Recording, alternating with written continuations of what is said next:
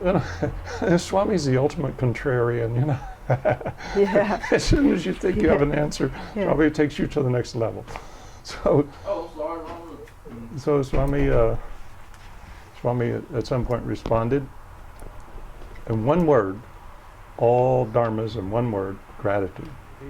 I kind of have an ear out for these qualities. Do I see kindness, and do I sense gratitude? You know, at the end of the day, no matter how spiritual you are, at the end of the day, it comes down to, did you help anyone? Were you kind to anyone?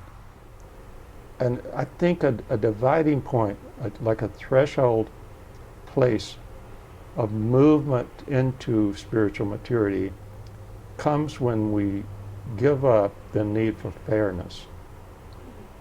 Children are born, the scientists who investigate these kind of things find from very, very early, the child looks out and wants everything to be fair. He wants the proportions of food and clothing and gifts. They should be fair. So that's an immature look at the world from my perspective. A mature look at the world, what happens when that migrates into what I would say is a more mature engagement with the world, with life, is, okay, what am I to learn here? What can I develop out of this? Forget about fairness. Swami has a quote somewhere, and I'm not good at quoting him precisely. Too many brain cells have died out, but he said something like, true sadhana does not come from puja, it does not come from bhajan, it does not come from pilgrimage. He said true sadhana starts with atma-vichara, self-inquiry. He has turned over his life to deep spiritual thinking and practical living. The fruits are self-evident. Allan Morelock. This is part 2 in an ongoing series of how this follower of Holy Man Sri Sathya Sai Baba digs deeply to uncover spiritual understanding. Allan's mystical discoveries have led him to a clarity of thinking that can be a benefit to all serious seekers. Welcome to Souljourns. This interview was recorded in Jacksonville, Florida in early 2014. The goal of spiritual maturity. Through that, the nature of the model that I came up with, I compared to a bicycle. A friend of mine was in an interview with Swami once, and Swami asked a question to this young lady and some other people in the interview, what's the essence of all religion? And some people said, help ever, hurt never, these several phrases Swami has given. And then, you know, Swami's the ultimate contrarian, you know. Yeah. As soon as you think you have an answer, Yeah. Swami takes you to the next level. So, Oh, sorry, wrong. so Swami at some point responded in one word, all dharmas in one word, gratitude. That's what Swami said. So I've taken that to be, I really took it to heart. And there was a man, I think it was a Western man, American or English, I don't know, who studied spirituality his whole life. Somehow his name's not coming to mind right now. He didn't just study the different dharmas, he went and lived them. He went to the Buddhist world and lived as a monk for a number of years. He went into Islam, he went deep into Christianity, into Hinduism. And towards the end of his life, he was in his 80s. And somebody asked him in the interview, can you sum up everything you've learned in one sentence? And he thought about it and he said, okay. What did he say? Basically, he said, be kind. Benevolence. So I kind of put all that together into a formula that I guess I try to practice it. I think hopefully I live it more and more, and it seems to be the case. The acid test is in the response you get from people around you, and so far the response seems to be improving. We'll see where it goes tomorrow. But the formula works like this. Gratitude is the rear wheel of the bicycle is gratitude. So that's where we're putting the effort in. That's where we're making our effort, is around gratitude.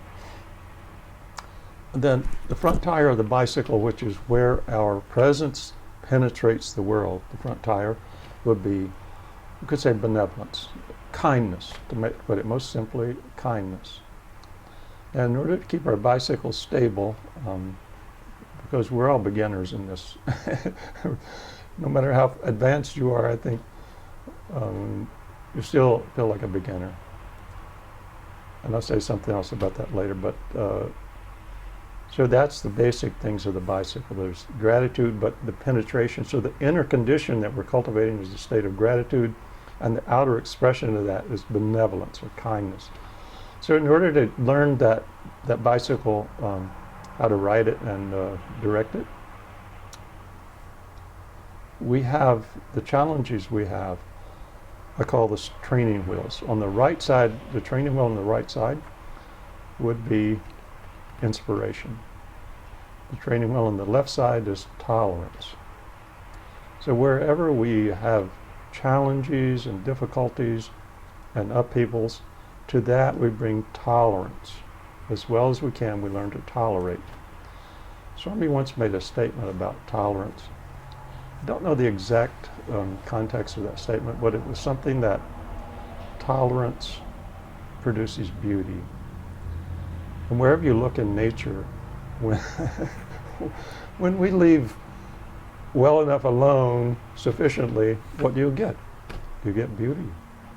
If you quit cultivating the soil and let it go, nature will at some point produce incredible beauty. So tolerance is a very important aspect of developing this.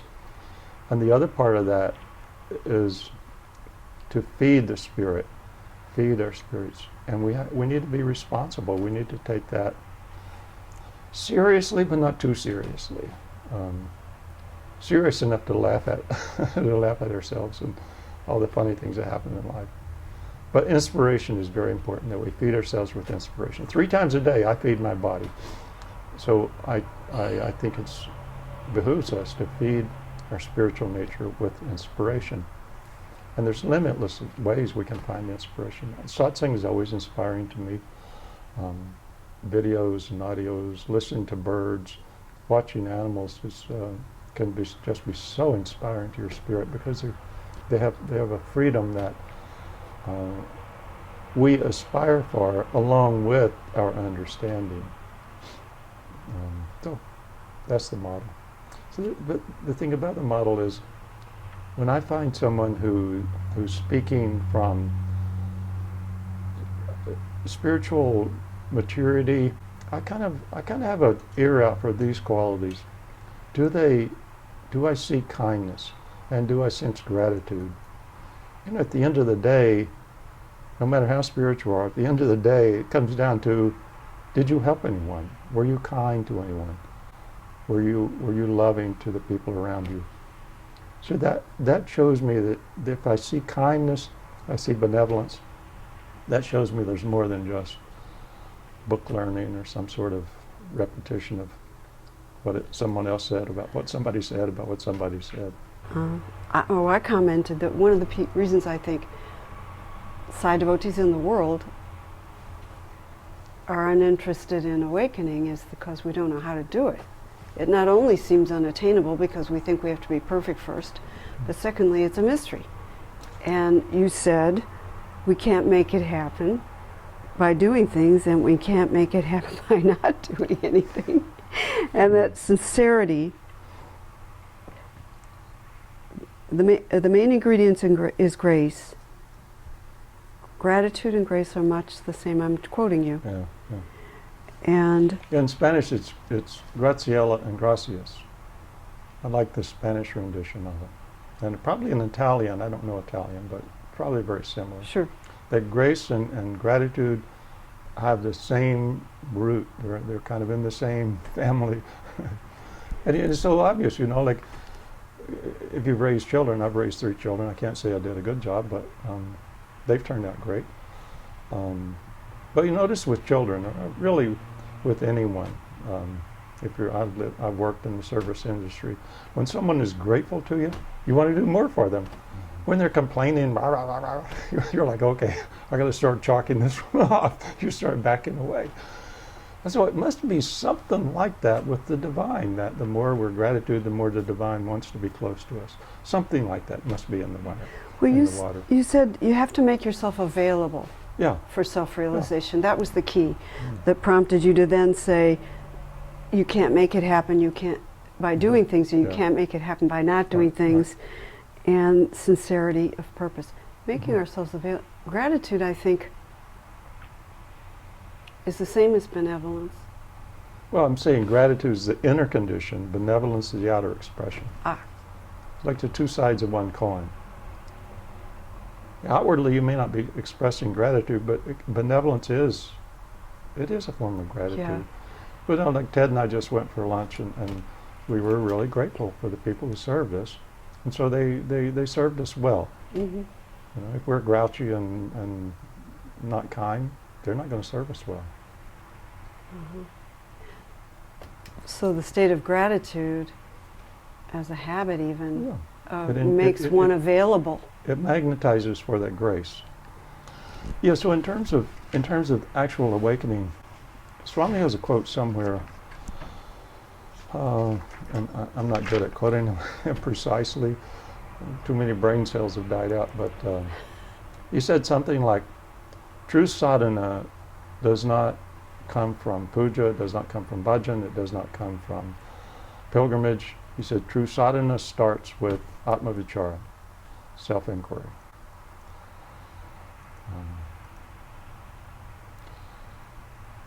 It doesn't mean we shouldn't do bhajan. No, I love bhajan. I go at least once a week, so long as my schedule permits. But there's also a point at which there's a kind of demand of our being to take the next step into spiritual maturity, and that there are many ways that we can start to develop this atma-vichara, self-inquiry. Say more about that, if you will, because I think that's just a real problem for a lot of us who are never taught the inward journey. It's something that we come across in our spiritual pursuit, if we have a pursuit. Mm-hmm. But the self-inquiry is an active voice. And how do you find that if you've never been known to have it? Well, I think it comes naturally if we have been engaged spiritually. It may come out of nowhere. I've known people who awakened and it just one day dawned on them they were clueless about who they are, about what they are, and suddenly turned into an adamant and need to know. Ramana Maharshi is the great example of the world.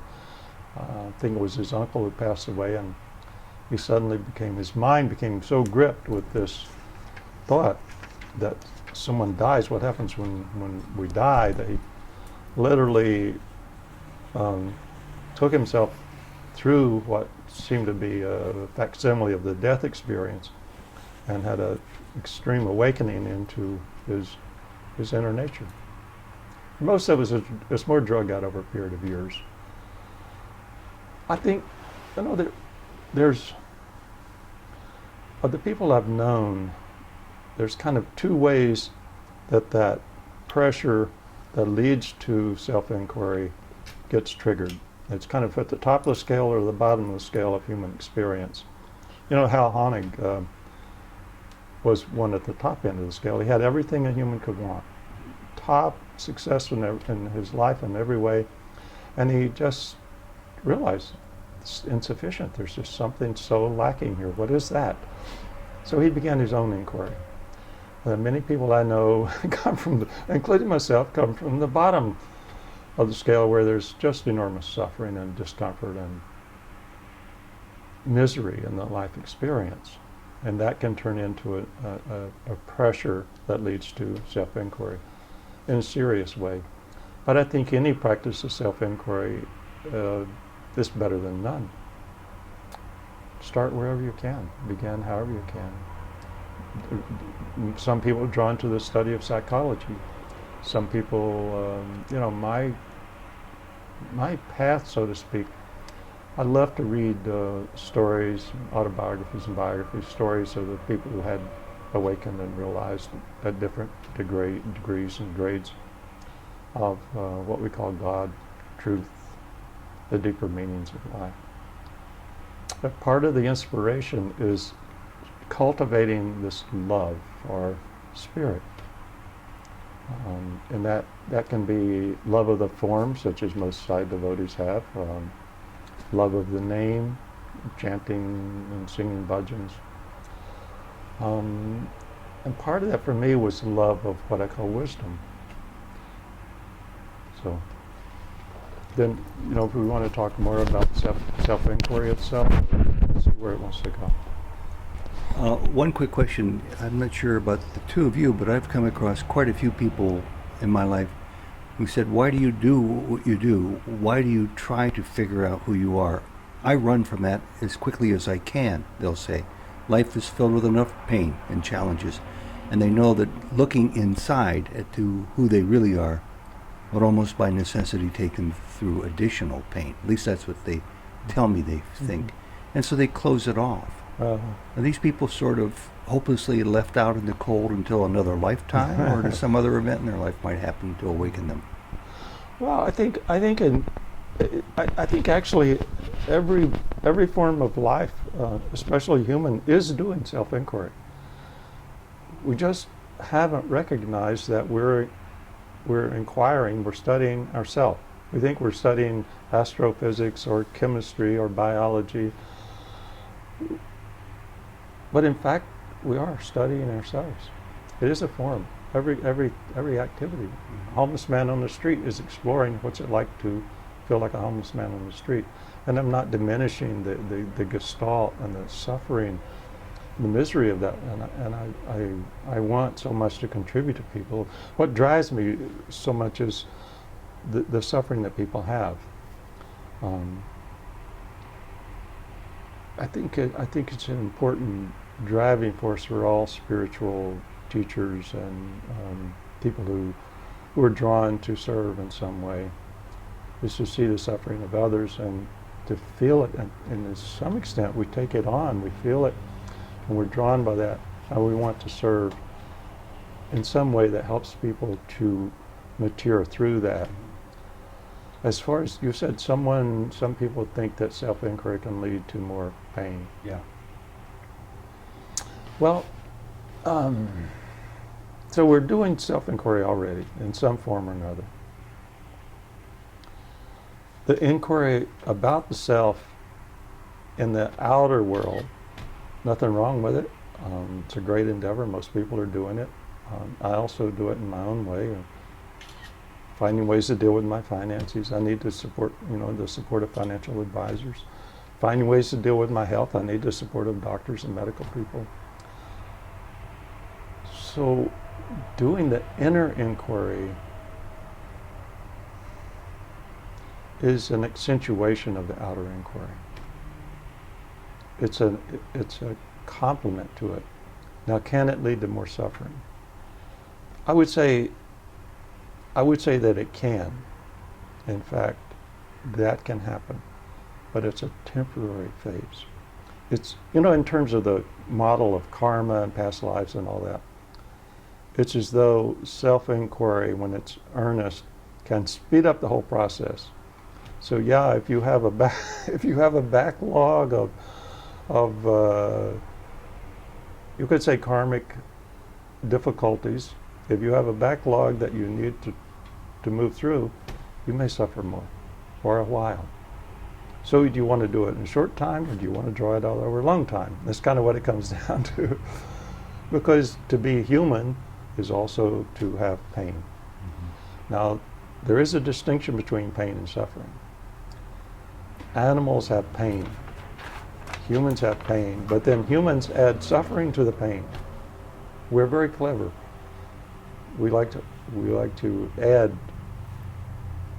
Sometimes unnecessary pain, that's when the suffering comes in. Is suffering more of an emotional, mental construct than physical Yeah. pain? Well, the additional pain comes from, one of the worst additional pains is shame and guilt. And this is not to say we should not have remorse.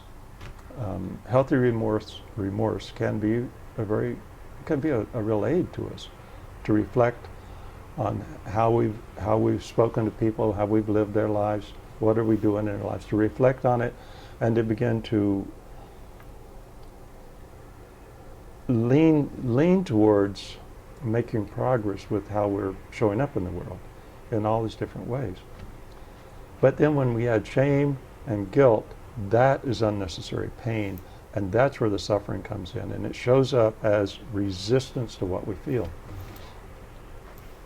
And when we resist what we feel, out of that comes a lot of behaviors that are way suboptimal. One of the immediate attempts to deal with pain is to discharge it by blaming someone. How well does that work? Well, it's what the world's been doing for the last few thousand years, as far as we know. Blame someone. Now, if you think about it, every time some event happens that at least on the surface seems to be inauspicious and painful and difficult, what do we do? Immediately, okay, who caused it? What caused it? Who's to blame here? We want to blame. Blame is an attempt to discharge the pain, often a futile attempt. Now, there's two ways we blame. We either blame someone, we blame an event, or we blame ourselves. And neither one of those really benefits us spiritually as well as self-reflection or self-inquiry. The blame actually becomes a way in which we keep the process in place. It keeps us in the spin of pain, make wrong blame, and all that guilt. It's a catch-22. Does this mean there's no rightful place for blame? Well, in the court of law, there's a place for it. I mean, if you have an accident, somebody, more than likely, one person is going to be on the hook for the insurance. There's a practical application for it. But what spirituality, an important part of spirituality is, and I think a dividing point, like a threshold place of movement into spiritual maturity, comes when we give up the need for fairness. Children are born, the scientists who investigate these kind of things find from very, very early, the child looks out and wants everything to be fair. He wants the proportions of food and clothing and gifts. They should be fair. So that's an immature look at the world from my perspective. A mature look at the world, what happens when that migrates into what I would say is a more mature engagement with the world, with life, is, okay, what am I to learn here? What can I develop out of this? Forget about fairness. Life may be fair, it may not be. I don't think we can ever come up with an ultimate conclusion about whether it's fair or not. If it is fair, then why is all this stuff going around? Why is income so split between poor people and rich people? And why do some of us have such good lives and some people have terrible lives? And you can talk all about karma, but in the end, I'm like, okay, forget about fairness, but take this step into this thing I'm experiencing, this event in my life. How can that move me into greater maturity, greater spiritual maturity, greater wholeness? Where's my opportunity here to learn, to develop myself, and to serve others, rather than constantly looking for fairness? So fairness is all about me and the individual self. Spiritual maturity is about myself as all beings, myself as life, myself as the world. Isn't the theory of karma one way to assume that there's fairness in the world? Or fairness altogether? that everything has a consequence, which in turn offers an opportunity to learn. Which the consequence is the opportunity to learn. Karma, I think if we approach karma more as a question than an answer, it can be more beneficial. Because sometimes when I hear people talking about karma, I find that they so simplify and reduce it to a cause and effect that's related to me, the person. It just doesn't hold water very well. So when I think about karma, I think of karma as like the air we breathe. It's like the soup we live in. There's just karma. Karma is simply action and reaction. And it's like now we're in Florida, we're breathing Florida air. So we're in Florida karma, we're in Florida energy. When we're in New Jersey, we're in a different karmic field. So karma is the share of the soup. It's the soup we live in. Now you can pick out some string in the soup and say, this is my karma from a past life or from something I did in the past. But if you go into that, like, okay, why did I do that? What happened there? You'll go on endlessly picking up threads and strings until I think you come to the same conclusion that it's just the totality we live in. So there's human karma, and I'm living in the context of human karma as a human. You know, if I were a bird or a person on another planet, I'd be living in that karma. And if you want to pick out some string and say, okay, this is my past life karma, blah, blah, it can be helpful. But it can also be another form of delusion. It can also just bring you to another layer and get stuck there. Assuming that it's that simple. That's why this verse in Bhagavad Gita, when Krishna said, karma is unfathomable, you can never figure it out. But if we follow these formulas and our own inquiry, we become less, we begin to feel less victimized by the events in our life. And it's the feelings that are so important, because the feelings that we live from keep showing up in our life until we digest what those feelings are generating. It looks like life comes at us and does blah, blah, blah, and then causes feelings. But according to Veda and according to Swami, it's probably the other way around. That what we're habituated to feel is bringing up the circumstances of our life. Habituated feeling states. From those, life says, okay, here's this. Is that a good picture of what you feel? And we say, well, that worked out fairly well. Then life says, okay, how about this picture? The picture means all the events and circumstances. I crashed my car, I lost my job, I had success in my work. So life is constantly picturing out these deep feelings, some of which are mature, some of which are not mature, some of which are not digested. In the Veda, this is, I don't know where this originated, but I've heard Swami quote it, not heard him, but read it. Yad bhavam tad bhavati. That's commonly interpreted in English as you think, so it will become. But bhav is not a thought. Bhav is more of a feeling. And some of these feelings are very deep. You could say they're unconscious. They're deep in our being. So they're not feelings that we have ready access to sometimes. Some of them we do, some of them we don't. But sure enough, what life is showing us as the circumstances is the picture of our life. The reflection is coming from that. The first time I went to India in 1990, and I entered my little room, and on the wall was a mirror in the room. And the mirror was at my height, and the mirror had a frame, same color as Swami's robe. like Swami thought, I'll have to make the message pretty clear to this guy because it's hard to get through to him. But that was like, okay, Swami, I get it. I get it. I came all the way over here and you give me a mirror. That's what life is constantly doing, constantly giving us a mirror. And the frame of that mirror is Swami's robe. It's the clothing of Swami. The real clothing of Swami is everything that we experience. That's the real frame of the mirror. And what we're seeing is what we are. We look at life and we say, oh, this is beautiful. That beauty's inside us. We look at life and say, oh, this is tragic and horrible. That's inside us. Life is just showing us a mirror of what we're made of, what we are. That's why I say everybody's doing self-inquiry. only we're either doing it consciously or we're doing it unconsciously. And in some sense, it's not even unconscious. I mean, the guy's going to study physics. He knows he's studying physics.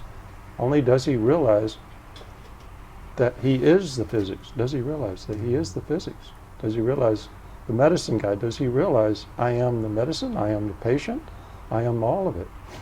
That's the only difference. It may not be the only difference, I mean, a part of the story.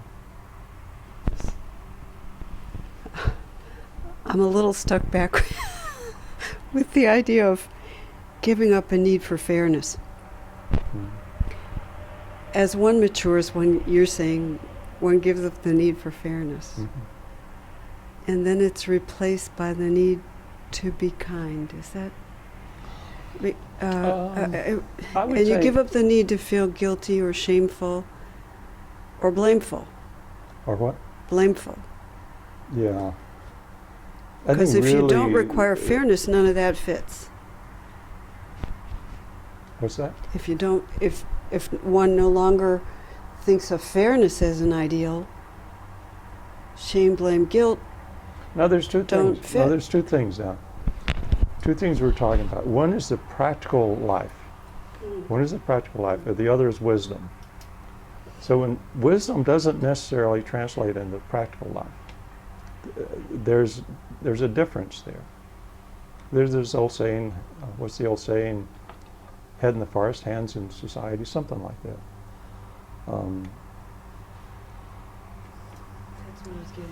Fairness, I mean, we exercise fairness, but we're increasingly less run by a need for fairness in ourselves.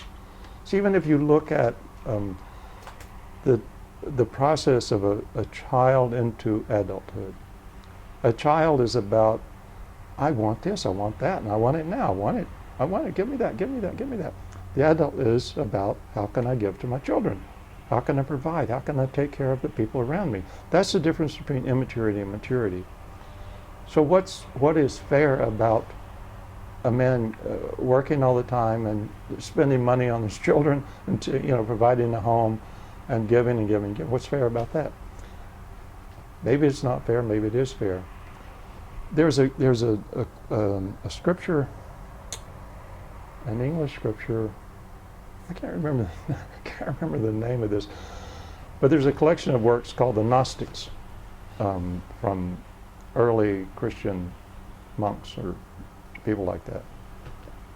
In that scripture, there's a line that says, he who becomes free because of gnosis, because of wisdom, he who becomes free because of wisdom becomes a slave because of love. And there's something that's inherently unfair about that. If you become free, you should, if you become free, doesn't that mean you should have lots of money and success and fame? No, it means you become a servant. Jesus said, the last shall be first, the first shall be last. He said, the meek inherit. Yeah. So there's a distinction there, and the distinction is basing your inner life in wisdom and basing your outer life in the way that most suits the world around you, most suits the people around you. To the extent that you can, without violating your own needs and your own your own practical. You know, you can't go out and most of us can't anyhow, just go out and feed homeless people all day long. We have to have our own comforts and our own well-being attended to also. And Mother Teresa obviously was a great exception.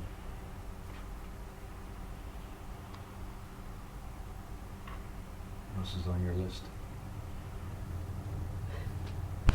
Slow.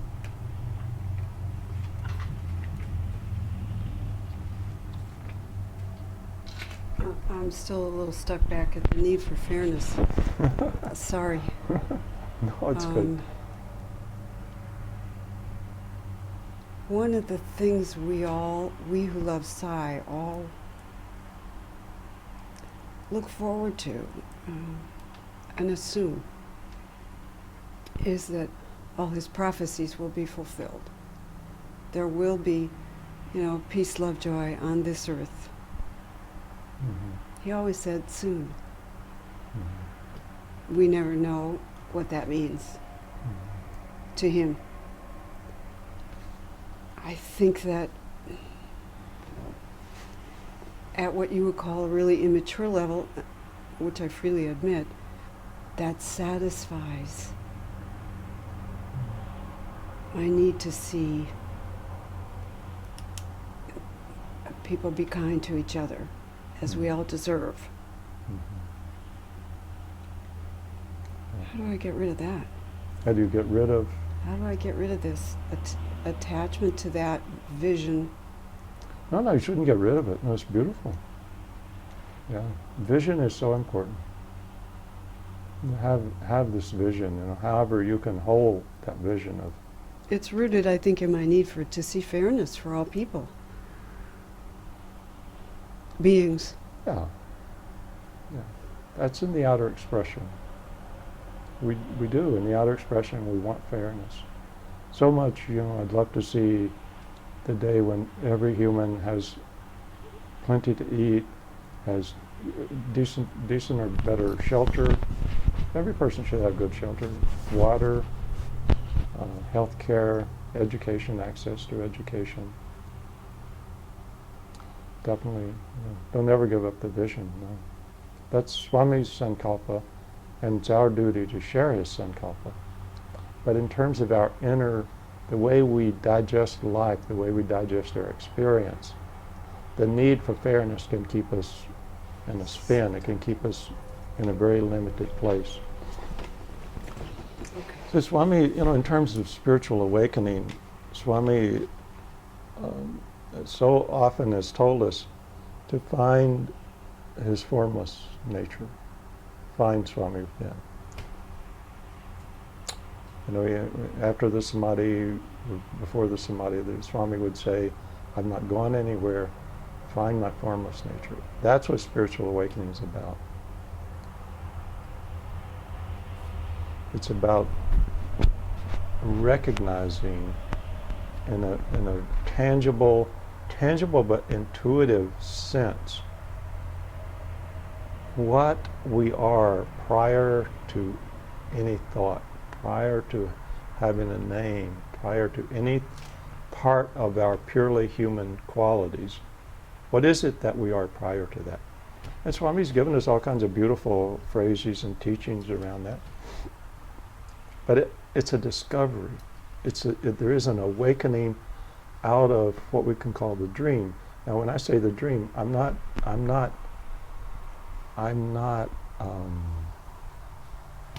saying so in a negative sense. It's a dream, but it's a fantastic dream. I mean, my God, it's a what a beautiful experience it is to be in this world alive and able to touch and smell and hear and see. This is such a... But his form is removed from us, and you just said seeking his formless nature is our task. Has it made a difference in your own personal spiritual journey, having his form removed? Yeah. Has it made a difference? In Swami's form when he took samadhi, it was very difficult for me. You know, I cried a lot. Completely collapsed and just cried.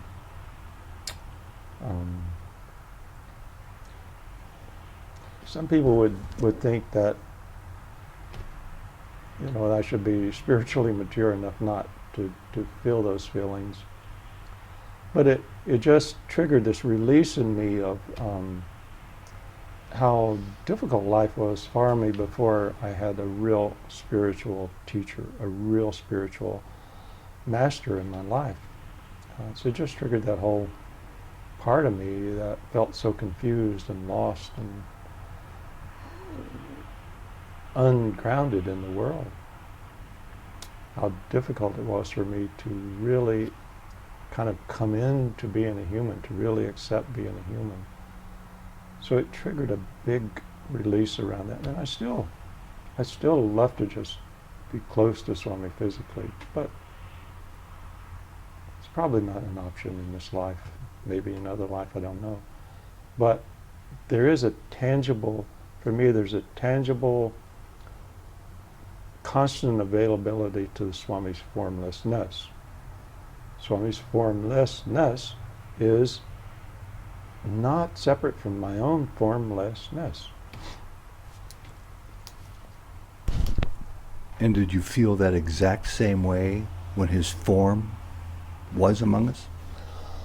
Well, yeah, and it has matured beyond that. You know, in this book that I published, I talk about the things that I went through, the processes and experiences that I went through. In 1992, I think it was in 92, I had developed a relationship also with Swami in the form of Sri Sai Baba, and Sri Sai came to me one night. We could call it a dream, and he gave me a teaching, which turned out to be Vedanta. And so he gave me the teaching form to form, his form to my form. And then later, that dream finished and passed, and then Sri Baba came back again, but he had no form. Somehow in the dream state, I knew it was Baba. So I was there in the dream, and Shirdi Baba's in his formlessness, it's called Nirguna Brahman, Brahman without any qualities, formlessness. So it came, and I dissolved into that. There was nothing.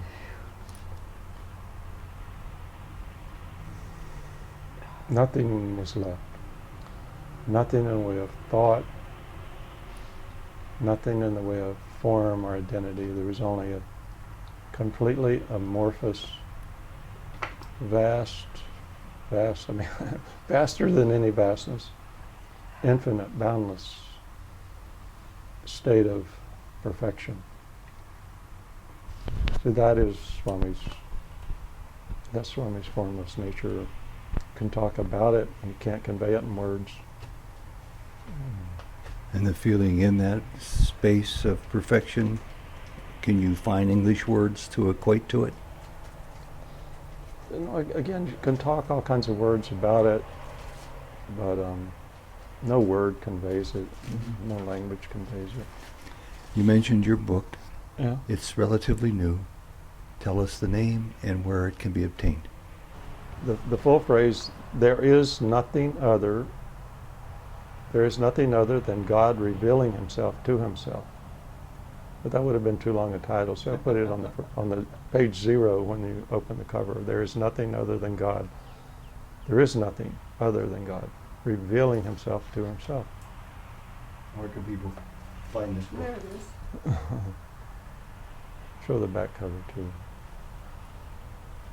Yeah, the back cover is more beautiful, but so the book is not exclusively about Shirdi Baba, so I couldn't put him on the front. It's about my own stories and my own process. And where can people find it? Amazon. It's on Amazon.com. So if they just put in the search box nothing other, that'll pop up. I guess so. Nothing other than my name. I know it comes up from my name. Okay. See, on my computer, it comes up quickly because I've already done the search to see to make sure it came up. And it's ALLANMORELOCK, Yeah. Allan Morelock. Any reaction or response from it that you'd like to share with us yet? Well, so far, the people who've read it and responded liked it. Some people were very moved by it.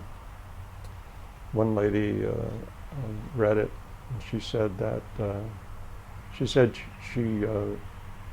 the energy was so intense that sometimes she'd get a headache or be nauseated and have to put the book down And that was meant to be a compliment. and come back to it later. But she felt very affected by the book. So I don't know. Some people will like it and some people will hate it. The book is kind of like India. You know, you can't go to India and be neutral. As a Westerner, when you go, it's hard to be neutral about India. Well, you tell some mighty whoppers of stories in this accounting of your path and your journey. You teach in a variety of ways. You hold seminars, classes, and satsangs with individuals. You travel around the eastern seaboard. I know you're going to Boston soon. You go to Manhattan and New Jersey where you live. Yeah. Come down here to Florida to talk with us about it. And you allow yourself to be, thankfully for us, interviewed this way. Where's the divide in your life between teaching yourself and sharing what you are learning with teaching others? What do you mean teaching myself? Well, you've learned so much on your journey, as you tell in your book, from the time you were a child, with insights and gifts and revelations that have come to you.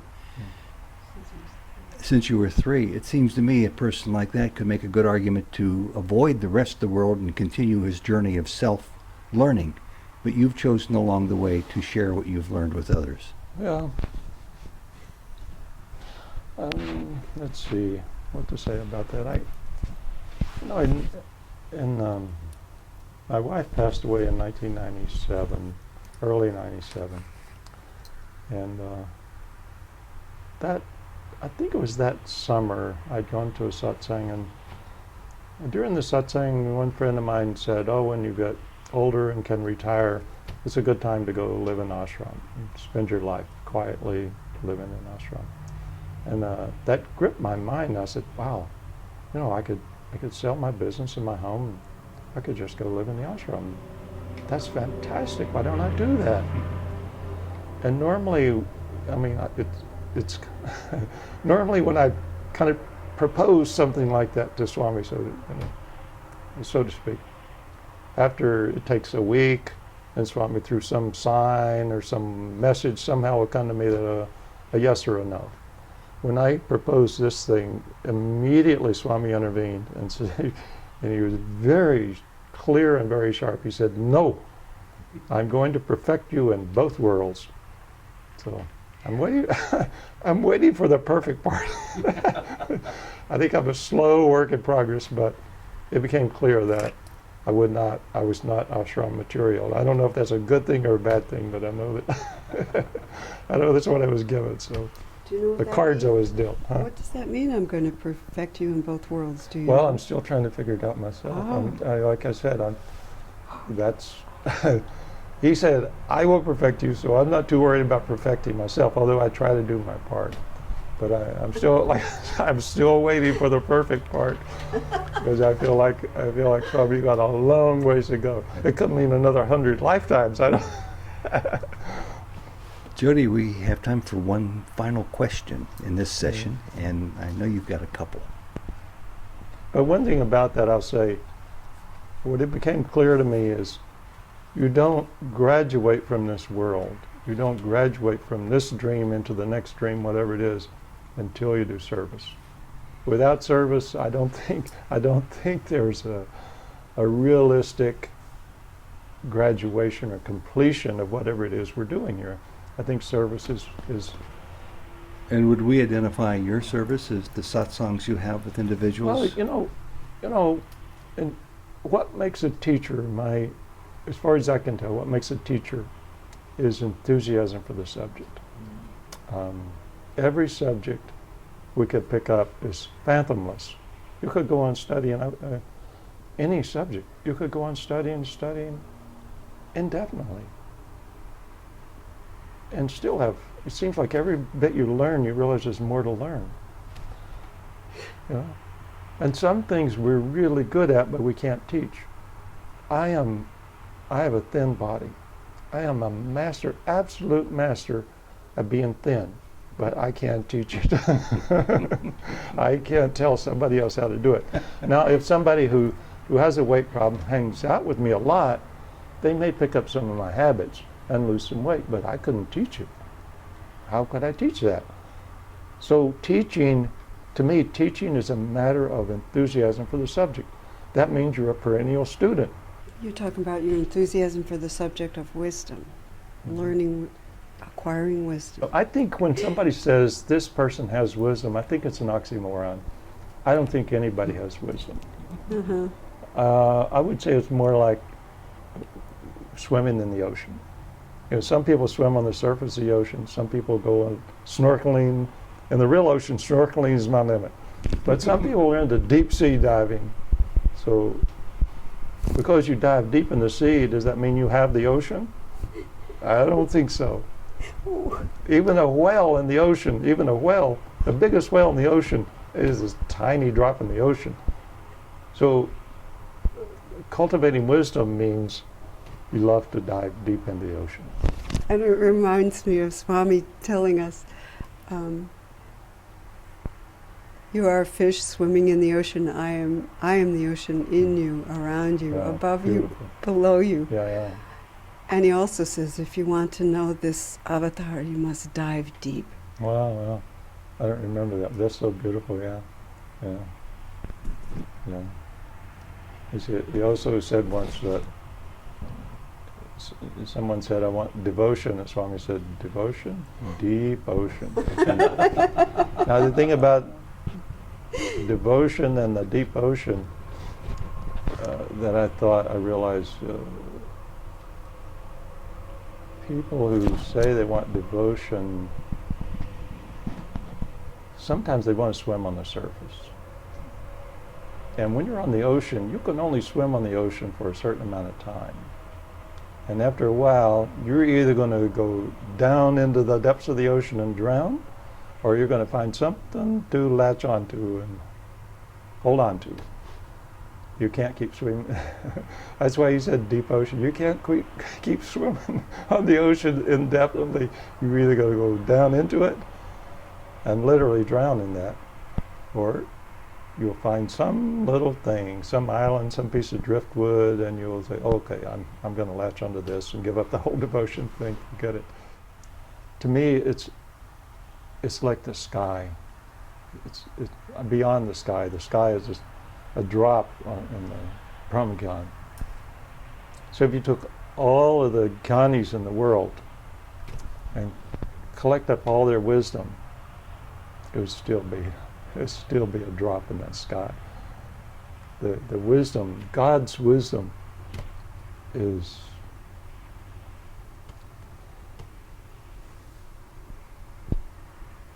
it's just endlessly mysterious and infinite. But as a human, in my thinking and my dharma, to be able to remain whole, somehow have an intact presence in the vastness of wisdom, I'm tempted to say it's the purpose of life. I'm not sure there is a purpose, first of all, but if I had to say, is there a purpose, I think I would propose that's a purpose. Yeah, that could be a topic for next time. We can talk about that vastness. Well, let's pick up from that point. Okay. Allan, thank you. Sai Ram. Sai Ram, this is great.